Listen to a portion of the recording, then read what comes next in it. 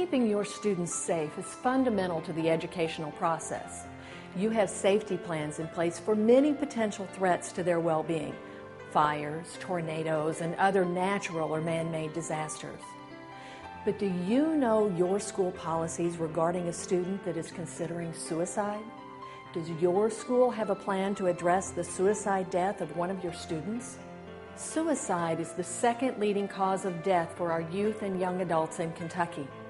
According to the Youth Risk Behavior Survey, nearly 20% of our high school youth have seriously considered suicide during the past 12 months, and more than 8% have made a suicide attempt.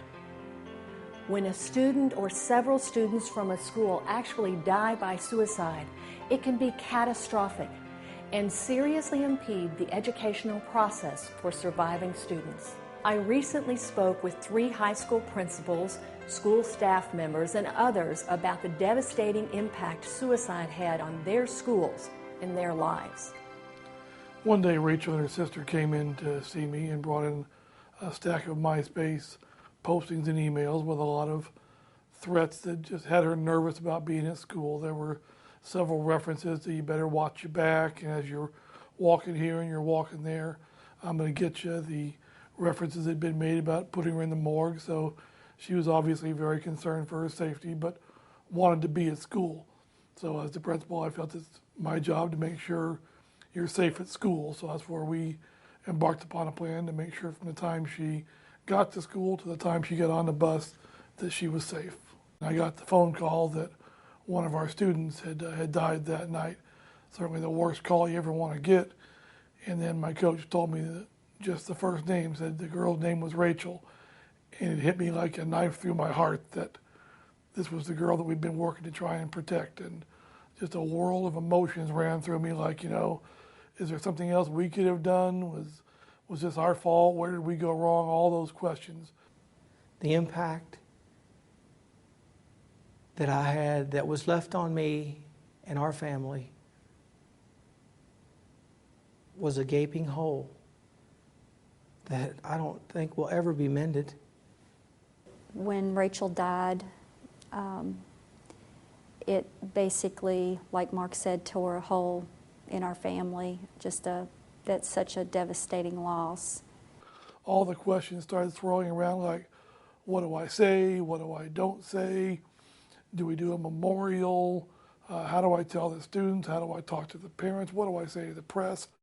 At that point in time, we brought in our district psychologists and social workers, as well as our school counselors.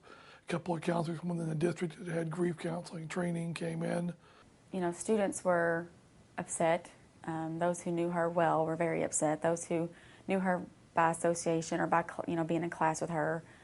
Never in my wildest dream would I have thought we'd face it again. Almost 6 months to the day, Rachel's good friend Kristen took her life also. And at that point in time, that's when my personal world started to fall apart, when I realized I don't have a grasp on what I should be doing, I don't think. I felt we'd done a lot of good things and handled things right.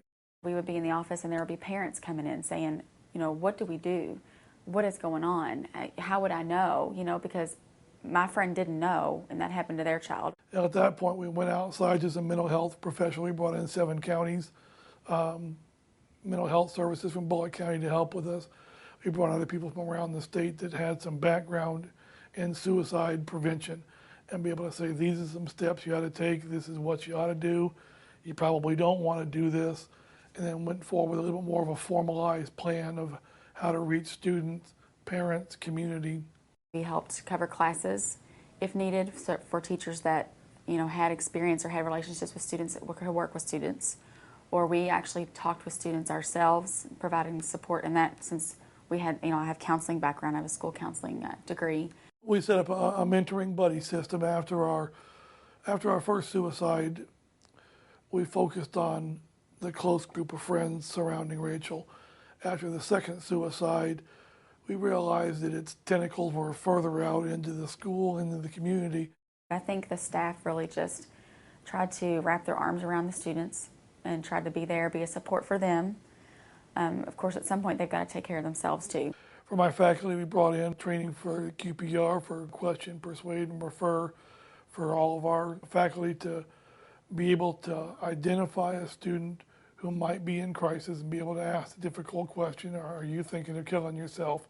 And then knowing how to persuade them to get help and who to refer them to. And we trained about 80% of our faculty in that strategy, as well as just having some education about suicide itself.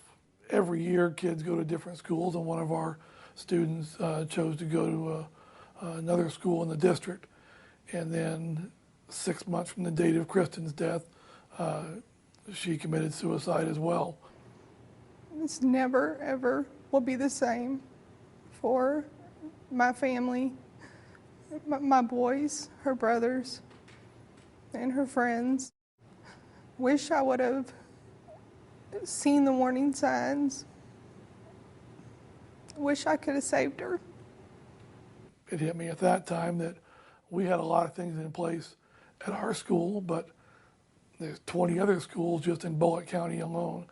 And then it started to hit me more of a global perspective, that you can't just have one little pocket doing something, that these kind of programs need to be in every single school.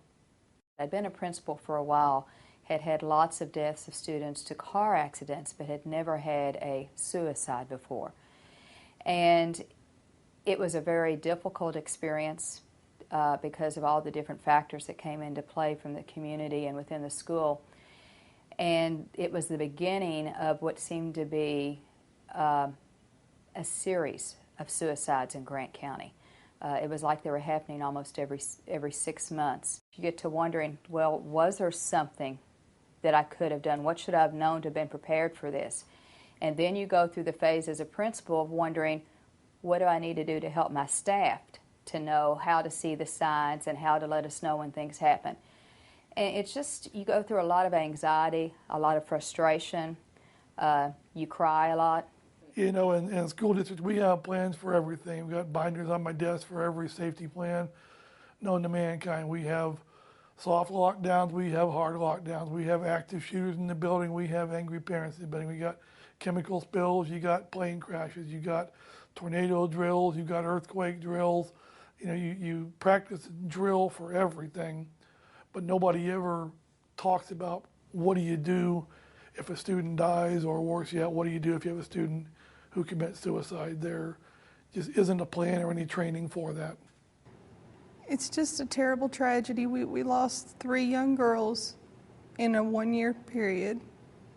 And I feel like if there were programs already in place at school, that we could have saved them. If I had had a plan in place before the first one, I think it would have been much easier to handle. Not that a situation like that is ever easy, but you would at least know what you need to have in place. You would know that you need to brief your staff immediately when something like this happens. You would know that you need to have the crisis team already organized. Suicide has affected our school since I've been here for over 20 years in many different ways. Actually, we've had students that have committed suicide.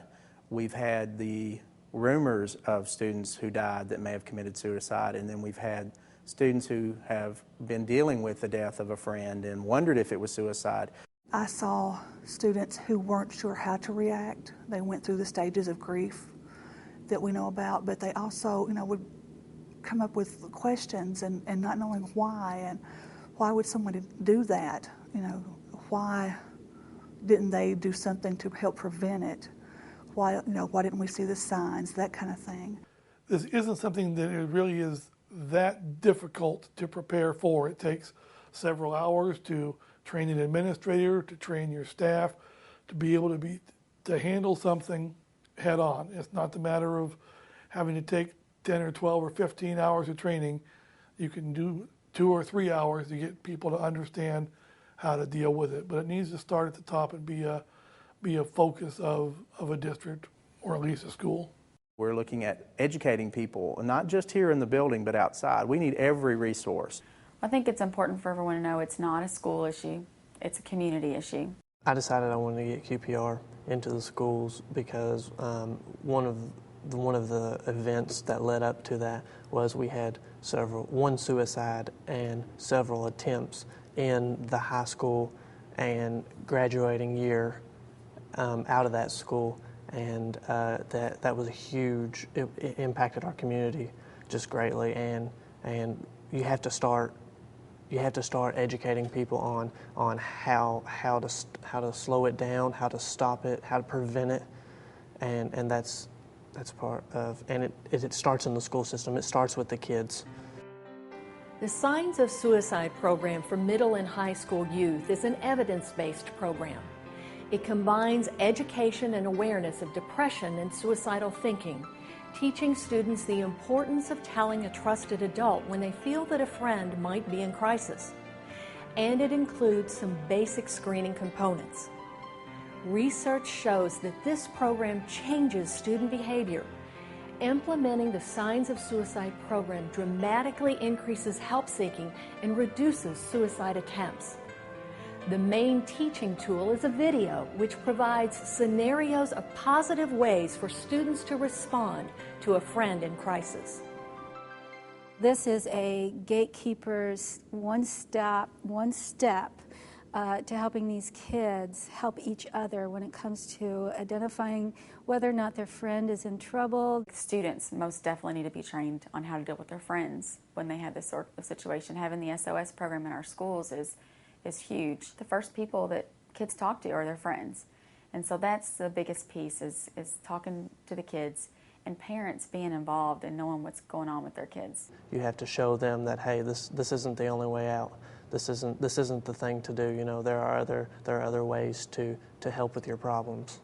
We need to be able to make sure we have whatever program in place, be it the Signs of Suicide program, be it QPR for teachers. Being a part of SOS programs by making sure that more teens have resources available, education materials, and by making sure that it's not something we never talk about until it happens. If you don't have kids feeling safe and emotionally secure, they can't learn. And ultimately our job is to teach them to learn. Putting these programs and protocol into place may provide more than a safe environment in your school. Suicide-related lawsuits are increasing. Experts say that well-documented training and crisis planning may reduce legal liability by increasing effective risk management. Just because it hasn't happened in your school doesn't mean it won't happen. I think we have a lot of responsibility here, not only to the students in our school, but also to the families who've lost loved ones. I think it needs to start from the top with boards of education and with superintendents to understand that this has a huge impact on the effectiveness of your school. When all adults and students in our school communities are committed to making suicide prevention a priority and are empowered to take positive action, lives can be saved. Find out how to take action in your school. It's a matter of life and death.